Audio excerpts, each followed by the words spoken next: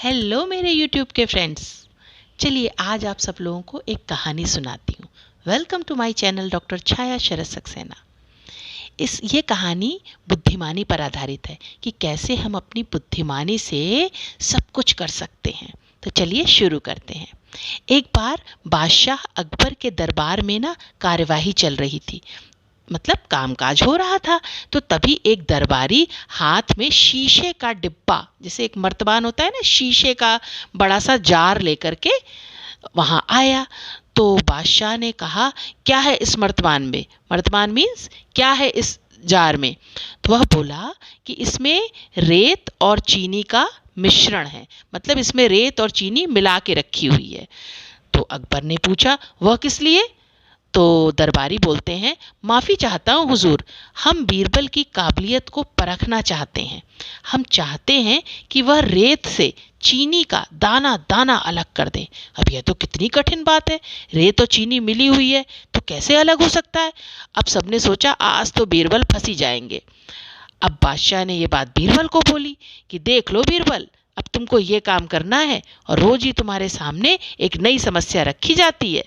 अब तुम बिना पानी में घोले इस रेत में से चीनी को अलग करो। अब बीरबल कहते हैं, कोई प्रॉब्लम नहीं है, कोई बात नहीं जहांपना, यह तो मेरे बाएं हाथ का काम है। अब सब लोग बड़े आश्चर्य से देखने लगे और ये बात कहकर बीरबल ने वह जार उठाया और चल दिए दरबार से बाहर उस जार को लेकर। अब बाकी दरबारी भी पीछे पीछे चलने लगे। अब बीरबल बाग में पहुंच गए और वहां पहुंचकर रुके। अब जार में जो सारा मिश्रण भरा था वो आम के एक बड़े पेड़ के चारों ओर बिखेर दिया। बाग में एक आम का पेड़ था, उसके चारों ओर उन्होंने जार में से जो मिश्रण था ना, रेत और चीनी मिक्स की हुई, वो पूरी आम के पेड़ के चारों ओर बिखेर दी।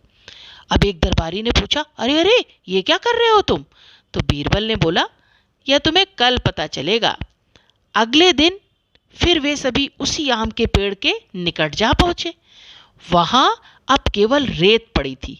चीनी के सारे दाने चींटियां बटोरकर अपने बिलों में पहुंचा चुकी थी।